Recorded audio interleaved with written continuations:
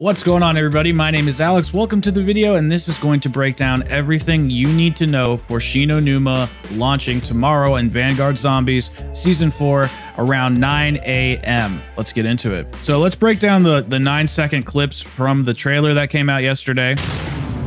So as you can see, we have the Wonderwolf firing here in the bottom left corner. We can see Jug. Looks like this is upstairs where you kind of spawn. Spawning is over here, and then you can make your way over to this area. Then we have the Flogger, and it looks like a new score streak, potentially. This is kind of interesting to me, and it potentially also looks like this is a new area. But we do have the layout for the map, and we're going to go over that in just a second, so that's not confirmed, but it does look like this could be a new area over here. And like I said, we have this shit falling from the sky, which I think is some sort of like air raid or whatever. It's like a score streak. In my opinion, it'll probably just like wipe out all the zombies all across the map. Don't know for sure. Doesn't look like anything is confirmed in that regard, but I can't figure out what else it would be unless there's maybe some sort of trap on the map that allows us to shoot rockets from the sky.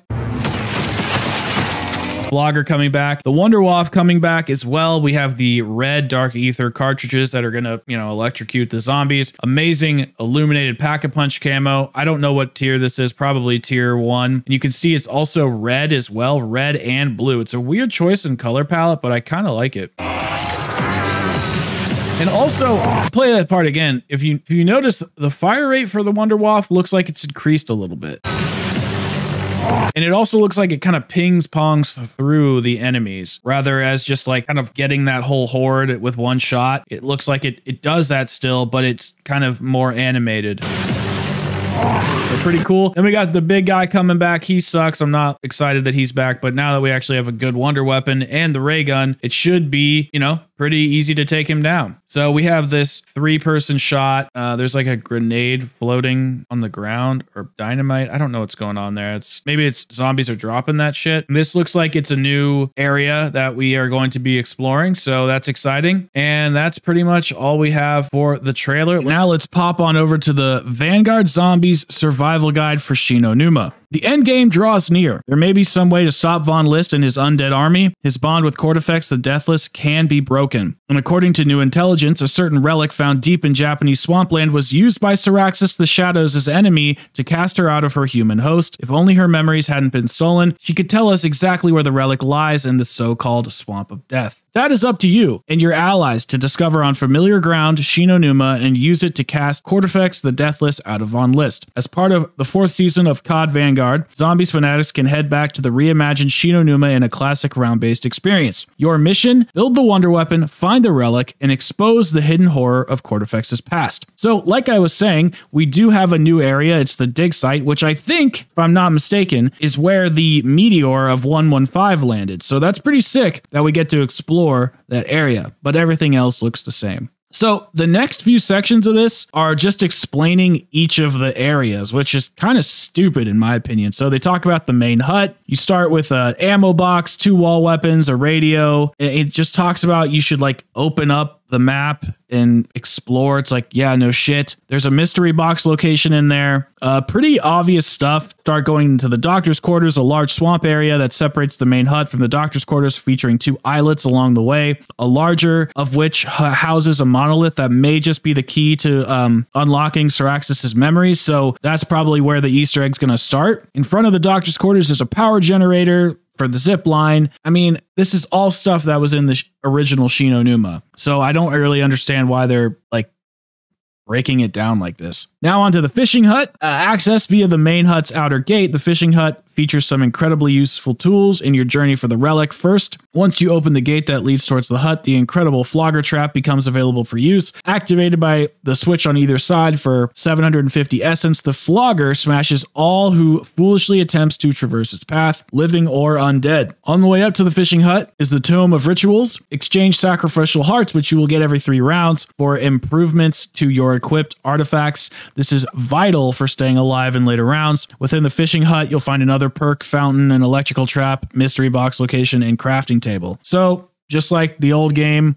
we're going to have perks inside the huts, which I'm curious if they're going to be randomized. That'd be interesting. Outside the main hut's northeast exit lies a narrow wooden pathway leading to the comm room. There's a bit more room to maneuver in this larger hut with a perk fountain, a wall by just past the front entrance. There's another mystery location and electrical trap here as well. The Altar of Covenants is located along the path that leads to the comm room. Spend sacrificial hearts here as well to gain powerful passive abilities. And make sure to check back regularly to see updates in your covenants. And higher tiers will update just like they always have. To the left of the comm room hut is a shack with a barred entrance to the dig site. Spend some essence to clear the debris and move on. Like the swampland leading to the comm room, the terrain near the northwest storage hut also offers a route to the northwest dig site. 2 paths lead from the main hut to the storage hut. One is dry, the other is flooded. The hut is tiny, so be prepared to get in and out fast or to activate the electric door trap to defend your position if needed. Inside is a perk fountain, mystery box location, and a workbench beneath a blueprint entitled Wonderwaff DG2 if there was only a way to get it functioning again. The dig site is where the initial objective points toward, accessible only via a comm room and storage hut pathways. This large outside area is composed of a central ditch surrounded by an elevated pathway.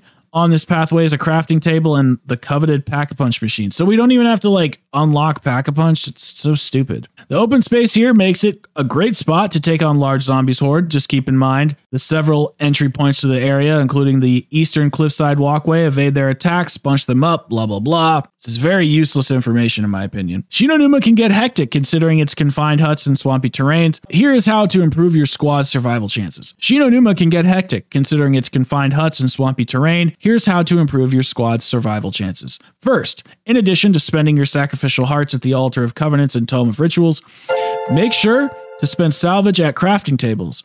Upgrading and repairing armor is invaluable to survival, not to mention all the lethal, tactical, and support items you can forge as well. Watch that salvage count and spend it on crafting as soon as possible. In later rounds, you'll also start running up against special enemies like the dreaded Boom Scryer and other surprises not known yet. So wait, there's new enemies? For Boom Scryers, remember these screaming monstrosities will run straight at operators and detonate, causing damage. Listen for their yell, eliminate them when they're getting to range. At round 10, the option to exfil via Rune Gate will be available in the main hut dormitory. You'll have a chance to exfil and escape every 5 rounds afterwards. We are familiar with that. Activate the event to initial one final battle before making the escape. That could be key if we're trying to do the boss too. Maybe we have to activate the rune to do the boss as well at the end of the Easter egg. All right, this is 10 tips for surviving Shinonuma. Traverse solid ground. Wading through the swamp slows operators down, so try to move on the solid ground as much as possible, minimizing traversing through the waterlogged paths like those found in the smaller areas of Shinonuma as speed wins. Riding on the wall. Confused in the main hut, look at the destination written over each of the 4 gates. A 2-way roll. When first spending essence to open a gate from the outer huts, remember that you still need to pay the cost of entering that hut. What? I'm sorry, this is just kind of mind-boggling to me that they're like, remember when you're playing zombies to play zombies. A heart for you and you. Throughout the match, you'll earn sacrificial hearts every 3 rounds. Don't let them sit unused. Spend them liberally at the Tome of Rituals, on the way to the fishing hut, and the Altar of Covenants near the comm room. Time to cool off. As tempting as it is to zap and flog until every undead left inside is, killed, know that the flogger and various electric traps require a cooldown. Watch those wall buys. Throughout the match, various wall weapons will upgrade to their tier 1 Pack-a-Punch variant. You'll notice this right away as the wall buy outline changes from white to blue and the cost increases to 4,000 essence. Sure, it's pricey, but you get what you pay for with heavy hitters. Covenant combos. Another reason to check back at the Altar of Covenants throughout the match is to try to set up Covenant combos. For example, try pulling Call the Weak, which deals more damage to slowed or stunned enemies with Cryo Freeze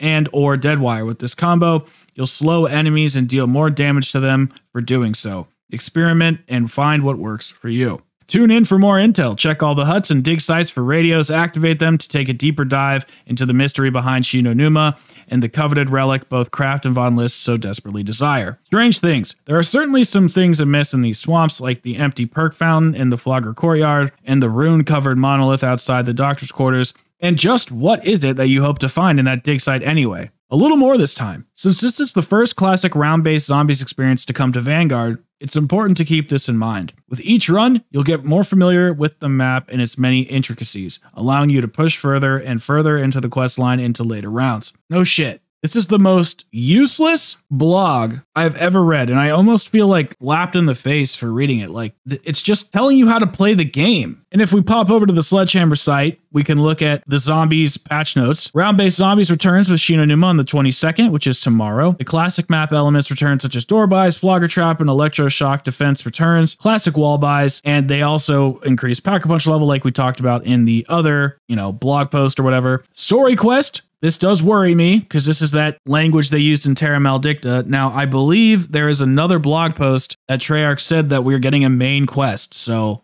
I hope that's not what it means. I hope that it means we're actually getting a normal, traditional, awesome zombies quest. New intel will be available. Seasonal challenges. The Wonder Weapon will be a quest driven, obviously. And then we can get a second Wonder Weapon in the box after round 10. Then we have the new Season 4 weapons that are going to be added. The UGM-8 and the Marco 5 will be available in Zombies Loadout since they're unlocked in the Season 4 Battle Pass. We have new challenges, new weapon unlock challenges added to Zombies for the M1916 and the Nikita AVT. Blueprints will be fixed where the Dark Ether tracer rounds were not displaying when a certain blueprint was acquired using the well gun. Deathblow Covenant now returns ammo based on percentage of ammo used rather than just bullets coming back, which I think is good because now you can use it for more weapons rather than just the shotgun. Ammo Gremlin Covenant now refills ammo at speed based on the size of the weapon magazine. See, that's good.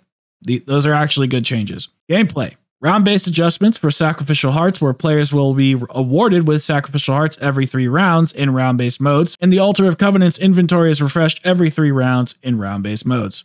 There'll be a new Pack-a-Punch camo at the Pack-a-Punch machine, and Zabala the Deceiver will be there.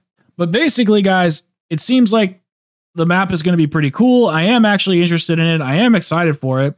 I really hope there's an actual Easter egg. I really hope there's an actual boss fight. I really hope the story is good. I really just have, I want it to do well. But I don't know if it's going to because the engine of Vanguard is just so bad. But hopefully it works out, guys. I really do hope for the best. That's going to do it for this video, guys. Thank you so much for watching. I appreciate it so much, and I will see you all in the next video. Peace out, everyone.